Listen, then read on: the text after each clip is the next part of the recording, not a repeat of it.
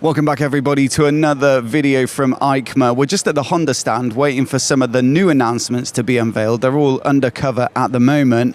But it gives us a chance to have a look at this new retro bike, the CB1000F, which was announced a couple of weeks back. It's my first chance to see it in the flesh and get some first impressions in real life. And so in this video, we'll recap on some of the details as well as tell you a little bit about what it actually looks like.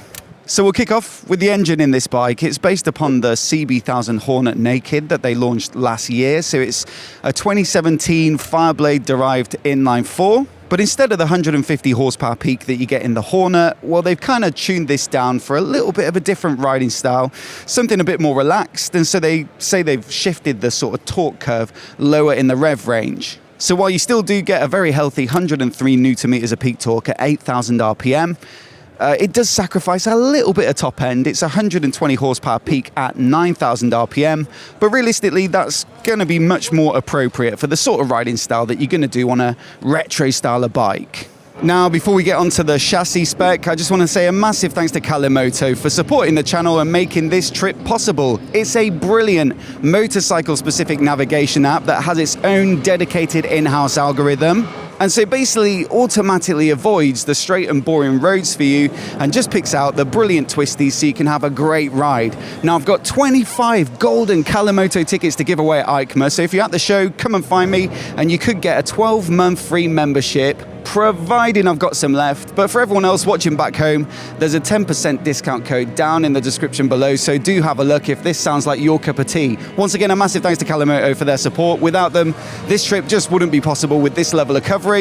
And let's have a little look at the chassis and how this bike might handle. So like I say, this bike shares a lot of its componentry with the CB1000 Hornet. The frame is very much similar as well, a steel frame. Basically the same geometry and dimensions, although they have extended the subframe to give it a bit more of that retro look and also give you a touch more space for carrying a passenger. Suspension, again, very much the same as the Hornet. So you've got a Showa upside down big piston separate function fork. You've got the Nissin radially mounted brake calipers on 3 10mm discs. You've got 17-inch cast wheels front and rear.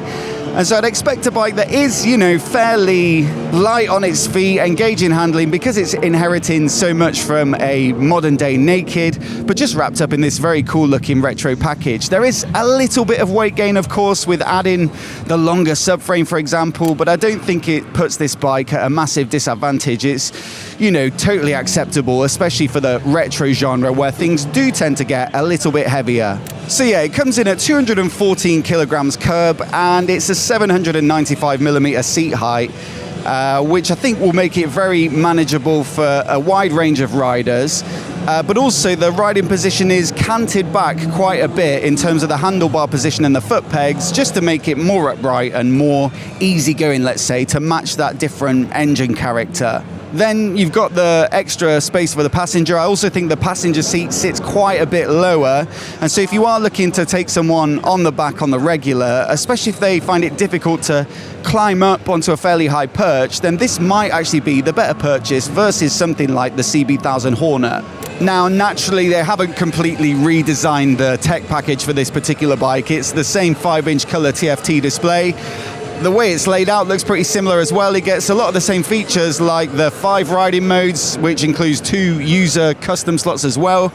The connectivity features too, but one of the key enhancements for the CB1000F is that it does get an inertial measurement unit, which actually isn't the case for the CB1000 Hornet. That means you've got lean sensitive rider aids like cornering ABS, and again, so potentially another reason to look at this if you do frequently ride in less than ideal weather conditions. You could see this potentially as more of a stylish city commuter as well as a good weekend quick bike as well, and so sometimes you do have to ride in less than ideal weather conditions, and the better the rider aids, in my opinion, in those scenarios, the better your chances of staying on the bike. I think the best thing about seeing them here on the stand today, though, is to get an appreciation of how they really look in 3D and also see the different finishes on display. I actually like the black, grey and red a little more than I thought I would over there. And I think the bar end mirrors, which are an accessory, of course, and that little headlight cowl, let's say, definitely help the overall look of that bike. I think that's a couple of accessories I'd definitely spec up.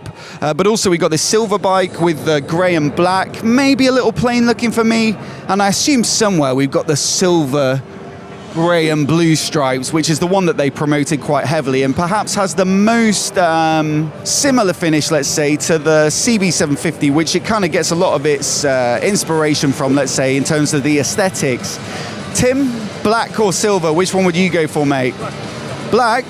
All right, you have the black one. I'd go, I think silver with the blue stripe looks really nice. But realistically, all of them quite nice looking bikes. It's not a deep retro, I wouldn't say, in terms of like the Bonnevilles perhaps, or the Enfields, where the entire bike is designed to look old school and authentic. Of course, you do have some modern components like the liquid cooled engine that's clearly off a 2025 bike, but within the bounds of what's possible with skinning up a bike like that to look a little bit more nostalgic. I think they've done a fantastic job, and it's definitely a strong point of this particular bike.